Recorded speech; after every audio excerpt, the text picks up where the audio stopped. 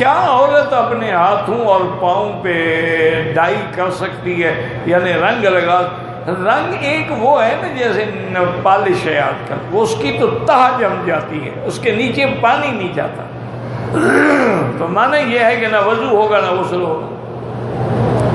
ایک یہ ہے کہ آج کل جو شریف لڑکیاں ہیں، دین والی لڑکیاں ہیں، وہ خاص قسم کی مہندی ہوتی ہے وہ لگا لیتی ہیں، اس سے کوئی فرق نہیں پڑتا۔ آپ کے ناخن بھی خوبصورت ہو گئے اور دھل بھی سکتے ہیں، غسل بھی ہو سکتا ہے، وضو بھی ہو سکتا ہے۔ ایک تو عام مہندی ہے یا پتہ نہیں کوئی خاص مہندی ہو، بس وہ ہوتی مہندی ہے، وہ پالش نہیں ہوتی کہ اوپر جم جائے۔ لڑکی کی شادی میں کھانا لڑکی والوں کی طرف سے کھلانا جائز نہیں ہے، اور جو بھی کھائیں گے وہ گناہ گار ہیں۔ یہ جو رواج ہے نا کہ بھئی ایک دفعہ لڑکی والے کھانا دیں گے اور 2 دن کے بعد پھر لڑکے والے ولیمہ کریں گے، وہ لڑکی والا کھانا حرام نہ جائے، الا ان کے کوئی رشتہ دار ہیں دور کے وہ گھر آ گئے تو ان کو تو دیں گے، وہ تو اگر شادی نہ بھی ہوتی تب بھی آتے تو آپ دیتے نا، لیکن بطور خاص لڑکی کی طرف سے پارٹی دی جائے اور بڑے بڑے ہال بک کیے جائیں، بالکل حرام ہے، دینا بھی حرام، لینا بھی حرام، کھانا بھی حرام، اب تمہاری مرضی ہے۔ کہتے ہیں کہ اگر کسی نے اپنے چچا اور پھپھی کی لڑکی کے علاوہ کسی دوسرے خاندان کی لڑکی سے شادی کی، اگر وہ آدمی شادی کرنے والا فوت ہو گیا تو کیا اس لڑکے کا باپ اس بیوی سے جو وہ اس کی بہو تھی نکاح نہیں کر سکتا؟ اس کی بہو تھی، اس کے بیٹے کی بیوی ہے، اس سے نکاح کرے گا؟ عجیب بات نہیں۔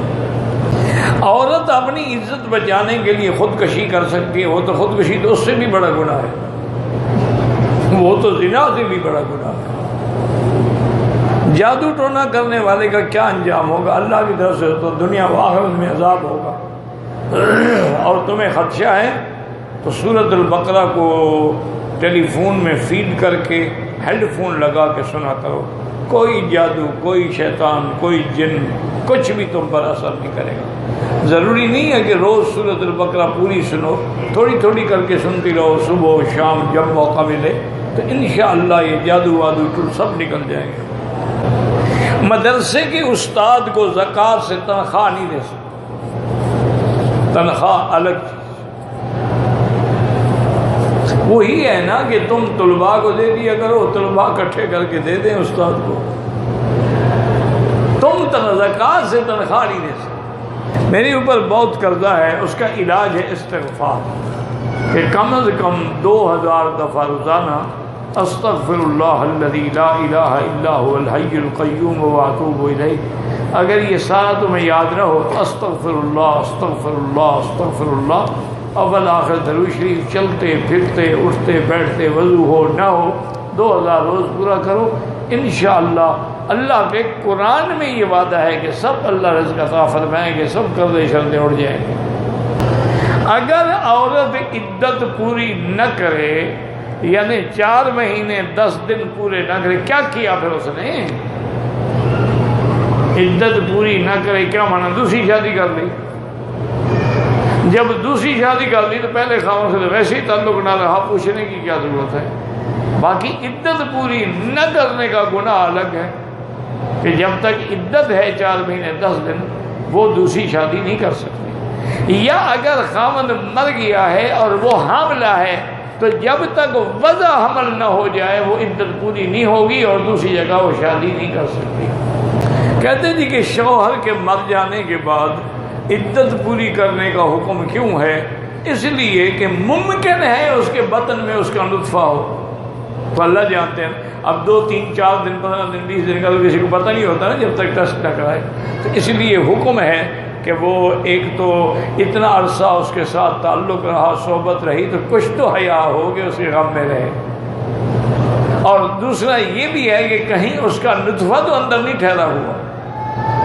اس لیے اللہ نے حکم، اور یہ نص قطعی ہے، مولویوں کا فتویٰ نہیں، قرآن ہے کہ 4 اشہر و عشرہ، 4 مہینے 10 دن اس کو عدت پوری کرنی ہوگی۔ وَأُولَاتُ الْأَحْمَالِ أَن يَضَعْنَ حَمْلَهُنَّ، اور اگر حاملہ ہے تو وضع حمل اس کی عدت ہوگی۔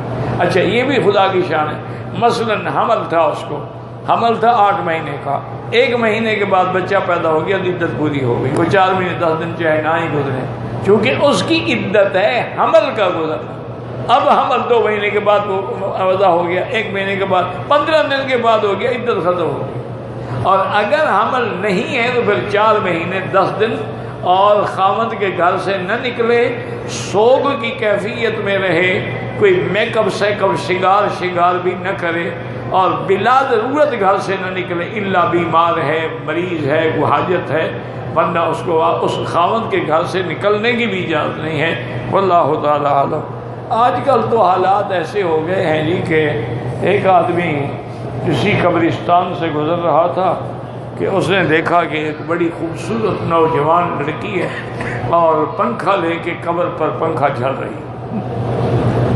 تو وہ بیچارہ دل میں بڑا حیران ہوا، دیکھا اس دنیا میں بھی ایسی وفادار لوٹتے ہیں کہ خاوند کے مرنے کے بعد اس کی قبر پہ بیچاری کھڑی ہوئی ہے، پنکھا چل رہی ہے. تو وہ گیا قریب جا کے اس نے سلام کیا. اس نے کہا میں آپ کی وفاداری کا بڑا دیکھ کے حیران ہوا ہوں کہ آپ خاوند کے مرنے کے بعد جو ہے اس کے اپنا قبر پہ پنکھا چل رہی ہیں. اس نے کہا نہیں، میرے خاوند نے مجھے کہا تھا کہ میرے مرنے کے بعد اتنی دیر تو انتظار کرنا دوسری شادی سے جب تک کہ میری قبر خشک ہو جائے. میں خشک کر رہی ہوں تاکہ جلدی جان چھوٹے میں شادی کروں. میں وفاداری میں نہیں پنکھا چل رہی، میں تو خاوند کی بات پوری کر رہی ہوں. اس نے کہا تھا کہ کم از کم میری مٹی تو سوکھنے دینا، تو اب مٹی تو سکھاؤں نا. انا للہ و انا الیہ راجعون.